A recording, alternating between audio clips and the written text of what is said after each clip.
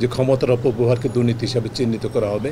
এই ধরনের বিষয়গুলো, এই 2-3টি বিষয় ছাড়া বাকি কোনো বিষয়ই আমাদের কিন্তু সংবিধান সংস্কার ঐকমত্য কমিশনের উপরে আমরা নির্ভরশীল না। এটা আমার জন্য এবং টিআইবির জন্য সৌভাগ্যের বিষয় ছিল যে দুদক সংস্কার কমিশনের দায়িত্বটা আমাদের উপর অর্পিত হয়েছিল। আমরা কমিশন বলতে যা বোঝায়, কমিশন অন্য সদস্যদের মিলে আমরা যারা অংশীজন আছে তাদের সবার সাথে আলোচনা করে, গবেষণা করে, ঢাকা এবং ঢাকার বাইরে সব কিছু মিলে আপনারা জানেন সেই বিষয়গুলো আগে বলা হয়েছে। যে প্রতিবেদনটা আমরা সরকারের কাছে জমা দিয়েছি সেটি দুইটা দিক আছে।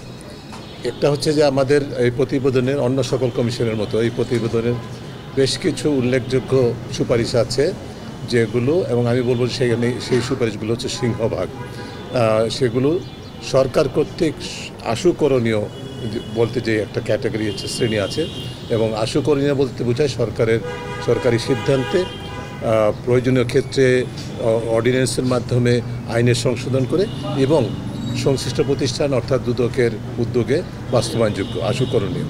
এটা সরকারের উপর নির্ভর করবে, সরকারের সিদ্ধান্ত সাপেক্ষে দুর্নীতি দমন কমিশন বাস্তবায়ন করবে।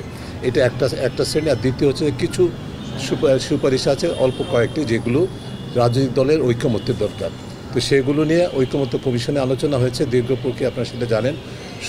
সুখবরটা হচ্ছে যে ওই দুদক সংস্কার কমিশনের যেই সুপারিশগুলো আছে তার মধ্যে 2-1টি ছাড়া বাকি সবগুলি সকল রাজনৈতিক দল ঐকমত্য পোষণ করেছে, মেনে নিয়েছে, অর্থাৎ সেগুলো বাস্তবায়নের জন্য প্রস্তুত। তবে সেটি কী প্রক্রিয়া হবে সেটা নিয়ে আবার কোনো রাজনৈতিক দল, বিশেষ করে বড় দলগুলো যাদের মধ্যে অনেকেই নিজেদেরকে ক্ষমতায় যাবেন বলে ভাবছেন বা ক্ষমতায় চলে গেছেন এরকম মনোভাবাপন্ন, তারা কিছু ক্ষেত্রে নোট অফ ডিসেন্ট দিয়েছেন। তো সেই বিষয়গুলো এখন আপনারা জানেন যে আমাদের যারা এক্সপার্টস আছেন তাদের সাথে আমরা আলোচনা করছি ঐকমত্য কমিশনের পক্ষ থেকে একটা জায়গায় আমরা আশা করছি পৌঁছাবো। তবে দুদক সংস্কারের ক্ষেত্রে খুব বেশি প্রতিবন্ধকতা নেই। দুদকের যে সাংবিধানিক স্বীকৃতি এবং দুদকের নিয়োগ প্রক্রিয়ায় যে সরকারের কর্তৃত্বের বাইরে আসার বিষয়টি, এই দুটি বিষয় মূলত আছে যেগুলো, এবং সাংবিধানিক একটি ধারা আমরা অন্তর্ভুক্ত করার কথা বলেছিলাম যে ক্ষমতার অপব্যবহারকে দুর্নীতি হিসাবে চিহ্নিত করা হবে। এই ধরনের বিষয়গুলো, এই 2-3টি বিষয় ছাড়া বাকি কোনো বিষয়ই আমাদের কিন্তু সংবিধান সংস্কার ঐকমত্য কমিশনের উপরে আমরা নির্ভরশীল না।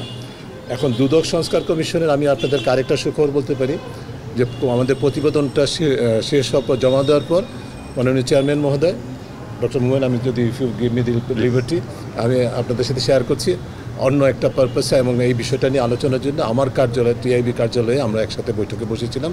তখন তিনি আমার সাথে বসে আমাদের সমস্ত সুপারিশগুলো একটার পর একটা পড়ে শেষ করে শেষ সুপারিশে এসে 47 নম্বর সুপারিশ পড়ার পর তিনি আমাকে বললেন যে আমি তো হতাশ হলাম।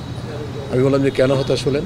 তিনি বললেন যে আমি তো আপনাদের এই 47টার সাথে কোনোটার সাথে দ্বিমত করতে পারছি না, এই কারণে হতাশ হলাম। অর্থাৎ তিনি সম্পূর্ণভাবে মেনে নিয়েছেন আমাদের প্রস্তাবনাগুলো। আমাদের যে সুপারিশগুলো আছে খুবই স্পেসিফিক, কংক্রিট, আপনারা দেখবেন যে 47টি সুপারিশ, এবং সেগুলো যদি বাস্তবায়িত হয় তাহলে অবশ্যই বাংলাদেশের দুর্নীতি দমন কমিশন একটি আদর্শ দুর্নীতি দমন কমিশন হিসাবে প্রতিষ্ঠিত হতে পারবে, সেই সুযোগটা সৃষ্টি হবে বলে আমরা মনে করি। আমরা দৃঢ়ভাবে বিশ্বাস করি, দুদক সংস্কার কমিশন বিশ্বাস করে, এবং আমি টিআইবির একজন কর্মী হিসেবে দুদক সংস্কার কমিশনের প্রধানের দায়িত্ব পালন করেছি, সেই হিসেবে আমি মনে করি যে সেটি অবশ্যই সম্ভব। তবে এখানে একটা জিনিসই আমি শুধু বলবো, এটা নির্ভর করবে বাংলাদেশের রাজনৈতিক এবং আমলাতান্ত্রিক সংস্কৃতিতে ইতিবাচক পরিবর্তন হচ্ছে কিনা তার উপর নির্ভর করবে। আমরা যতই কাগজে কলমে, আইনে এবং প্রাতিষ্ঠানিক সংস্কার করি না কেন, রাজনৈতিক আমলাতান্ত্রিক সংস্কৃতিতে পরিবর্তন, ইতিবাচক পরিবর্তন, দুর্নীতি প্রতিরোধক মানসিকতা এবং সেই মানসিকতার চর্চা করার মতো সাহস দৃঢ়তা যতদিন পর্যন্ত এই দুইটা অঙ্গনে না হবে ততদিন পর্যন্ত আমাদের দুদক সংস্কার কমিশনে যে স্বপ্ন সেটা বাস্তবিত হবে, এটা প্রত্যাশা করাটা খুব কঠিন।